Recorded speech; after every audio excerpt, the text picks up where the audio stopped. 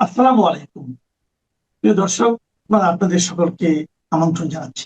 আওয়ামী লীগকে আবার পুনরায় বাংলাদেশের মাটিতে রাজনীতি করার সুযোগ দিতে, সেটা না হলে তারেক রহমান সরকারের পক্ষেও কিন্তু সম্ভব নয় বেশি দিন থাকা। অতএব আমি তারেক রহমান যেটা বলছি, তিনি তার নিজের কথা নিজে খেলাপ করেছেন। সেটা হচ্ছে, তিনি বলেছিলেন রয়টার্সকে তিনি রাজনৈতিক দলকে নিষিদ্ধ করায় বিশ্বাস করেন না। তারই সরকার এমন একটা বিল আনছে, তিনি কি অসহায়? তিনি কি অন্য কোনো নেতাদের দ্বারা গৃহবন্দী? তারেক রহমানের পররাষ্ট্র উপদেষ্টা হুমায়ুন কবির বাংলাদেশে এসে বলেছেন যে আইনগত প্রক্রিয়ার মাধ্যমে শেখ হাসিনাকে তারা নিয়ে যাবেন ভারত থেকে, এবং শেখ হাসিনাকে সন্ত্রাসী নেত্রী বলেছেন তিনি বলেছেন ভারতের মাটিতে বসে তিনি বাংলাদেশকে অস্থিতিশীল করতে পারবেন না। তিনি সন্ত্রাসী বলেছেন, এটা ঘটনা। এটা আমি এখানে মিটিংও বলেছেন, তিনি বলেছেন আর কি, যে ওই সন্ত্রাসী সব কথা বলেছেন আর কি সবই। তাহলে তিনি সন্ত্রাসী, তিনি এটাও বলেছেন আওয়ামী লীগ বলে আর কোনো দলের অস্তিত্ব নেই বাংলাদেশে। এটা সত্যি কথা। সেরকম যদি হয়, আমার মনে হয় তাদের উচিত শেখ হাসিনাকে আবার ওখানে ফেরত দিয়ে জায়গা করে দেওয়া, যাতে তিনি রাজনীতি করেন, মানুষ প্রত্যাখ্যান করুক।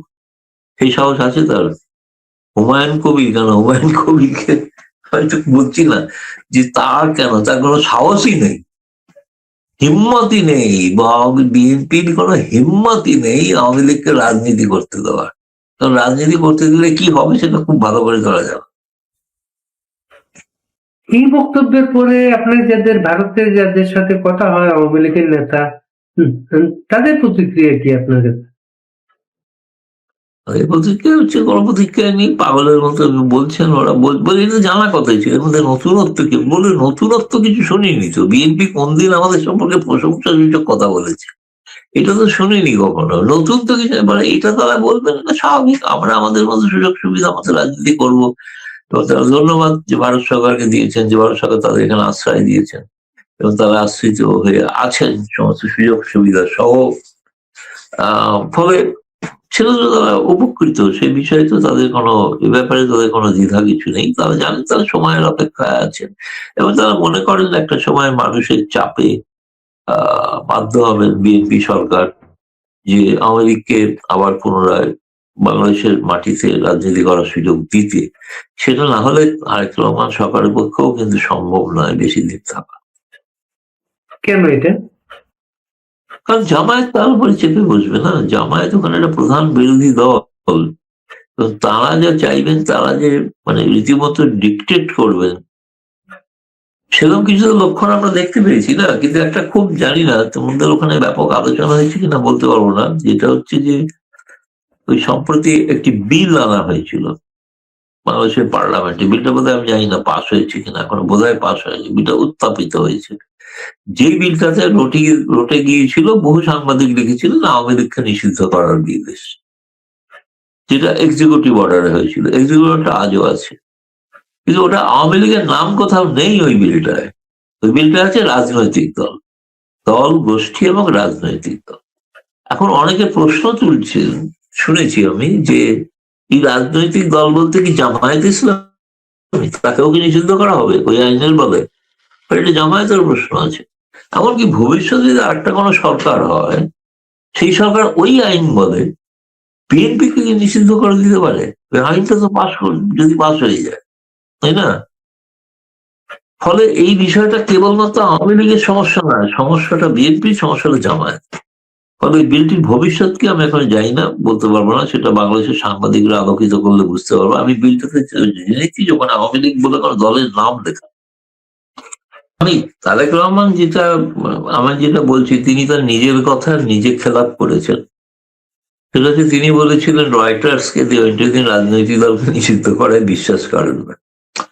তারই সরকার এমন একটা বিল আনছে, তিনি কি অসহায়? তিনি কি অন্য কোনো নেতাদের দ্বারা গৃহবন্দী? তিনি কি অন্য, আমি জানি না গৃহবন্দী কিনা বলতে পারবো না, কিন্তু তাকে তো দেখা যাচ্ছে ঘুরছেন, তিনি ব্যবসায়ীদের সঙ্গে বৈঠক করছেন, সবই করছেন। কিন্তু মূল নীতিগত যে প্রশ্নগুলো, সেই প্রশ্নগুলোকে তিনি নীরব, মানে তার নীরব সম্মতি আছে তাদের। এবং সম্মতি না থাকলে তো তার পক্ষে প্রধানমন্ত্রী থাকাও সম্ভব নয়, সেটা ঘটনা। এর ফলে তিনি এগুলো যা বলেছেন সেগুলো দেখা যাচ্ছে সেগুলো তিনি নিজেই তার মানছেন না।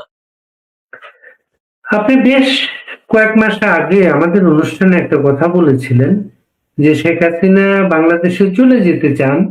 এক সময় ভারতীয় কর্মকর্তাদেরও বলেছেন আপনারা ব্যবস্থা করেন, আমি আমি চলে যাব। কিন্তু ভারতীয় কর্মকর্তারা তার নিরাপত্তার কারণে সম্মতি দেননি। এখনো কি তার বাংলাদেশে আসার মতো কোনো পরিস্থিতি আছে মনে হয় আপনাদের? এখন তো নেই, কারণ হচ্ছে নেই এই কারণে আমি বলছি, সেইটা তো ঘটনাটা ঘটেছিল, প্রেক্ষাপটটা ছিল গোপালগঞ্জে, তার নিজের জায়গায় যে ধরনের হত্যাকাণ্ড ঘটছিল ইউনূস সরকারের আমলে, নৃশংস কাণ্ড ঘটিয়েছিল তারা, সেই কারণে তিনি আবেগপ্রবণ হয়ে সেটা বলেছিলেন। এখন তিনিও কিন্তু আশা করছেন যে নিশ্চয়ই তারেক রহমান সরকার একটা কোনো স্বাভাবিক পরিস্থিতি ফিরিয়ে আনার চেষ্টা করবেন আর কি। সেটা করলে তিনি তখন ফিরবেন, নিশ্চয়ই ফিরবেন, ফিরবেন না এরকম তো কোনো কথা নাই। যে এই মুহূর্তে তিনি কাল বা পরশুর মধ্যে ফিরে যাচ্ছেন বা ফিরতে চান এরকম কোনো ব্যাপার না। তার তো প্রাণহানির সংশয় আছে। আগে তারেক রহমান প্রতিশ্রুতি দিই যে তিনি ফিরলে তাকে ফাঁসি দেওয়া হবে না, তখন তিনি বিবেচনা করে দেবেন। সেরকম তো কোনো প্রস্তাব আসেনি এখন। তারা তো বলছেন শেখ হাসিনাই গ্রহণযোগ্য নয়, তাই না? শেখ হাসিনা ছাড়া অন্য কাউকে তারা মেনে নেবে, কাকে মেনে শেখ নেবেন তা হাসিনা শেখ হাসিনা প্র্যাকটিক্যালি শেখ হাসিনা আসলে গত 18 মাস 20 মাসে বাংলাদেশের সরকারের নানা ব্যর্থতার কারণে বাংলাদেশে শেখ হাসিনার পপুলারিটি অনেক বেশি বেড়েছে। আওয়ামী লীগের গ্রহণযোগ্যতা অনেক বেশি বেড়ে গেছে। এর জন্য তারা মাইনাস শেখ হাসিনা হতে চিন্তা করে। না, সে তো অবশ্যই, তারা তো চাইবেই, তারা তো জানে যে শেখ হাসিনা বাংলাদেশে রাজনীতি করলে আর তো কি হবে, বিএনপির কি অবস্থা হবে, সমঝোতা না করলে তারা তো পারবেন না। মানুষ, বাংলাদেশের মানুষ, বেশিরভাগ মানুষ মুক্তিযুদ্ধের পক্ষের মানুষ, তারা আওয়ামী লীগ এবং শেখ হাসিনার সঙ্গেই আছে। সে ওনারা যাই ব্যাখ্যা দিন আর যাই বলে থাকুন, ওই যে বড় বড় কথা বলছে না যে শেখ হাসিনা নেই, আওয়ামী লীগ শেষ, তো শেষই যখন একটা দল, তাকে তো ভয় পাওয়ার কি আছে? দেখে তো মনে হচ্ছে প্রতি মুহূর্তে সকাল বিকাল ভয় পাচ্ছে না, এই আওয়ামী লীগ এসে গেল, এই আওয়ামী লীগ এসে গেল, তাই না? সেটা তো নয় বাস্তব অবস্থা, এটা ঘটনা, তুমি যেটা বলেছো এটা ফ্যাক্ট। এখন আওয়ামী লীগের জনপ্রিয়তা তুঙ্গে, যদি কোনো ভোট হয় তাহলে আওয়ামী লীগ সাধারণভাবে যে ভোট পাবে সেই ভোট তারা জীবনে কখনো পায়নি। হয়তো শেখ হাসিনা, আওয়ামী লীগ মুজিবুর রহমান যেরকম ভোট পেয়েছিলেন সেরকম ভোট পেতে পারে। আর একটা দাওয়ালে একটা ইন্টারভিউতে আওয়ামী লীগের একজন নেতা জাহাঙ্গীর কবির নানক, যিনি আপনাদের দিল্লি প্রেস ক্লাবে গিয়েছিলেন, তিনি বলেছেন আগামী ডিসেম্বরের মধ্যে শেখ হাসিনা দেশে ফিরবেন। আমি জানি না, এটা তার হয়তো অনুমান, তিনি হয়তো জানেন তিনি পার্টির শীর্ষ নেতা এবং তার সঙ্গে তো শেখ হাসিনার কথা হয়, ফলে তিনি হয়তো তার ভিত্তিতেই বলে থাকবেন আর কি যে ডিসেম্বরের মধ্যে হয়তো ফিরবেন। হয়তো তার ধারণা ডিসেম্বরের মধ্যেই সরকার আদৌ থাকবে কিনা সেটাও একটা সমস্যা আছে, সেসব কারণে হয়তো বলে থাকবেন। নিশ্চয়ই তার কাছে নির্দিষ্ট কোনো তথ্য আছে এবং তিনি শেখ হাসিনার অত্যন্ত ঘনিষ্ঠ একজন ব্যক্তি, ঘনিষ্ঠ নেতা, তার সঙ্গে শেখ হাসিনা পরামর্শ করেন নিয়মিত, তার উপর নির্ভর করেন। এবং আমি জানি যে তুমি যার কথা বলছো জাহাঙ্গীর কবির নানক, তিনি বাংলাদেশে তার তৃণমূল স্তরে প্রচুর কর্মীদের সঙ্গে নিয়মিত যোগাযোগ রাখছেন, এটাও আমি জানি। তার সম্পর্কে বাংলাদেশে যাই প্রচার হোক, সেটা নয় বাংলাদেশের মানুষ তাকে গ্রহণ করবে না এমন কোনো কথা নয়, তাকে গ্রহণ করতে পারে। এখন জানি না আমি শেষ পর্যন্ত কি হবে। তিনি যখন বলছেন শেখ হাসিনা ফিরবেন, নিশ্চয়ই তার কাছে সুনির্দিষ্ট কোনো তথ্য আছে, এই ভিত্তিতেই বলছেন। এবং আমার মনে হয় তিনি খুব সিরিয়াস নেতা, তিনি খুব বাজে কথা বলার লোক না।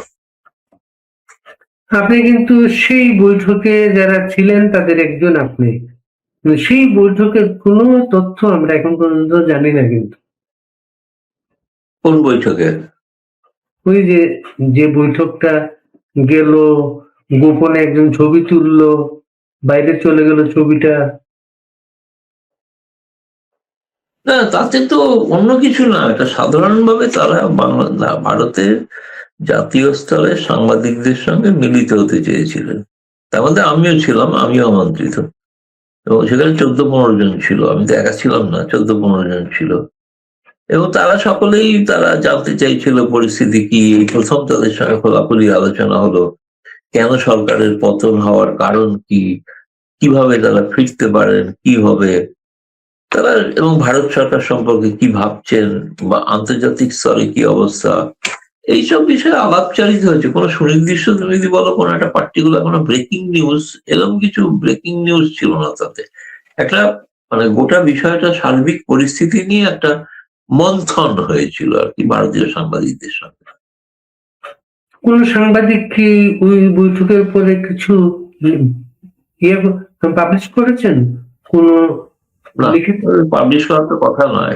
আমরা তো মানে এই ধরনের নেতাদের সঙ্গে যখন কথা বলি, যদি তারা বলেন যে এটা পাবলিশ করার কিছু নয়, আমরা তাকে সম্মান দিই। আমরা তো অসম্মানজনক কিছু করি না। এটা আমাদের ভারতীয় সাংবাদিকদের চিরাচরিত রীতি। তিনি যদি চাইতেন এটা প্রকাশ করবেন তাহলে প্রকাশ করতেন।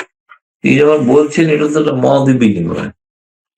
মত বিনিময়, মানে ভারতীয় সাংবাদিকরা কি ভাবছেন সেটাও তাদের জানার উদ্দেশ্য ছিল। কেবলমাত্র তারা কি ভাবছেন সেটা নয়, এটা মত বিনিময় ব্যাপার ছিল। আর না, সেটা নিউজ কোনো প্রকাশিত হয়েছে বলে আমার মনে হয় না। ওই যেটুকু প্রকাশিত হয়েছে সেটা বাংলাদেশের কিছু তৃতীয় শ্রেণীর সাংবাদিক করেছে, সেটা আমি জানি, কিন্তু ভারতে কিছু প্রচারিত হয়নি। সেখানে কোনো তথ্য নাই, ছবি তথ্য দেওয়ার বললাম তো, কোনো নিউজ যদি বলা হয় এটা খবর, সেরকম কিছু ছিল না তো। 15 বছরের শাসন, কোথায় ব্যর্থতা, এগুলোর মধ্যে কোনো খবর নেই তো কিছু। এগুলো একটা আলাপ আলোচনার মাধ্যমে একটা বোঝা কি অবস্থা, তারা কিভাবে আছেন, কি করতে পারেন ভবিষ্যতে বলেছেন, তাদের বলেছেন মানুষের মধ্যে ফিরতে হবে। খবর যদি বলো ব্রেকিং নিউজ এইটাই যে তারা কিভাবে মানুষের মধ্যে আবার ফিরবেন, সেই তার আলোচনার মধ্যে অবশ্যই যে আলোচনাটা গুরুত্ব পেয়েছে সেটা হচ্ছে যে আওয়ামী লীগ এবং তার ভবিষ্যৎ। সেটা তো আমি দেখলাম যে কিছুটা হুমায়ুন কবির পররাষ্ট্র মন্ত্রী ঢাকার কিছু লোককে বলেছেন যে তারা এই কথাটা বলে এসছেন যে শেখ হাসিনাকে ফেরত দেওয়া, এবং কিন্তু যেটা তারা বলেছেন যে আলোচনাটার কথাটা উনি হুমায়ুন কবির প্রকাশ্যে বলেননি, যেটা এখানে বলেছেন উনি না, পররাষ্ট্রমন্ত্রী বলেছেন, আওয়ামী লীগের একটা বাংলাদেশের স্থান আছে, সেই স্থানটা তারা দিতে আগ্রহী, কিন্তু সেটা শেখ হাসিনা ছাড়া অন্য কোনো নেতা হলে তাদের হয়তো তার জায়গা দিতে পারে না আর কি। এটা একটা বড় আলোচনা হয়েছে। সেই আলোচনাটা তো ভারতের কিছু করার নেই। শেখ হাসিনাকে সরে গিয়ে অন্য কাউকে নেতৃত্ব দিতে দরকার দেবেন কি দেবেন না, সেগুলো শেখ হাসিনা ডিসাইড করবেন, কিন্তু ভারত ডিসাইড করবে না, আমরাও তো ডিসাইড করবো না। এখন সেটা আমরা জানি না যে শেখ হাসিনা এই বিষয়ে কি ভাবছেন। সেটা পরবর্তীকালে নিশ্চয়ই এই বিষয়ে খোঁজ রাখবো, তখন জানতে পারলে নিশ্চয়ই জানাবো। আর সুতরাং মধ্যে আলোচনা যেটা হয়েছে সেটা হচ্ছে এই প্রথম একটা আলোচনা, যে আলোচনা যে বাংলাদেশ থেকে যে বিবৃতি দেওয়া হয়েছে আলোচনার প্রসঙ্গে আর ভারতের যে বিবৃতি, দুটোর মধ্যে ফারাক আছে। বাংলাদেশের আলোচনায় বলা হয়েছে তারা হাদির হত্যাকারী শেখ হাসিনা প্রত্যাবর্তনের কথা বলেছেন। ভারতের বিবৃতি তার কোনো উল্লেখ নেই একটাই কারণে যে ভারতের কোনো সিদ্ধান্ত নেই, সেই জন্য তার উল্লেখ নেই। তারা একতরফা বলেছেন ওইটা ডোমেস্টিক কনস্টিটিউন্সিকে বোঝানোর জন্য আমরা কিন্তু দাবিটা তুলেছি। এটা আমি জানি, যেখানেই তারা যাবেন, মরিশাসে গেছেন, সেখানে ভারতীয় সাংবাদিকদের ইন্টারভিউ দিয়ে একই কথাই বলেছেন, শেখ হাসিনা প্রত্যাবর্তনের কথা বলেছে, এটা তারা বলে যাবেন। কিন্তু যেটা ভারতে বলেছেন সেটা সেখানে বলছেন না, সেটা হচ্ছে এই বিষয়টা একমাত্র দুদেশের সম্পর্কের ক্ষেত্রে জরুরি বিষয় নয়। এটা থাকবে, কিন্তু এটা ছাড়াও আমরা দ্বিপাক্ষিক সম্পর্কে এগিয়ে নিতে চাই। ভারতের পক্ষ থেকে বলা হয়েছে প্রায় 70-72টার মতো বাইল্যাটারাল মেকানিজম আছে। সেই মেকানিজম গুলো ধীরে ধীরে, যেমন গঙ্গা চুক্তি যদি করতে হয়, এরকম তো হঠাৎ দেশে হবে না চুক্তি, সেটা যৌথ নদী কমিশনের বৈঠক বসতে হবে, সেই বৈঠকে আলোচনা হবে, সেই বৈঠকে আলোচনা থেকে একটা নির্দেশে সেটা পৌঁছবে একটা জায়গায়। আর তোমার অন্যান্য বিষয়ের মধ্যে যেগুলো আছে, যে বাণিজ্যে তারা মনে করছে তাদের উপর যে নিষেধাজ্ঞা আছে সেগুলো প্রত্যাহার করা হোক, সেগুলো ব্যাপারে কারণ ভারতের বাণিজ্য মন্ত্রী তো দেখাই করেনি। বাণিজ্য ঘোষণা হয়েছিল, বাণিজ্য মন্ত্রীর সঙ্গে তার বিকেল 3টে বাণিজ্য ভবনে বৈঠক,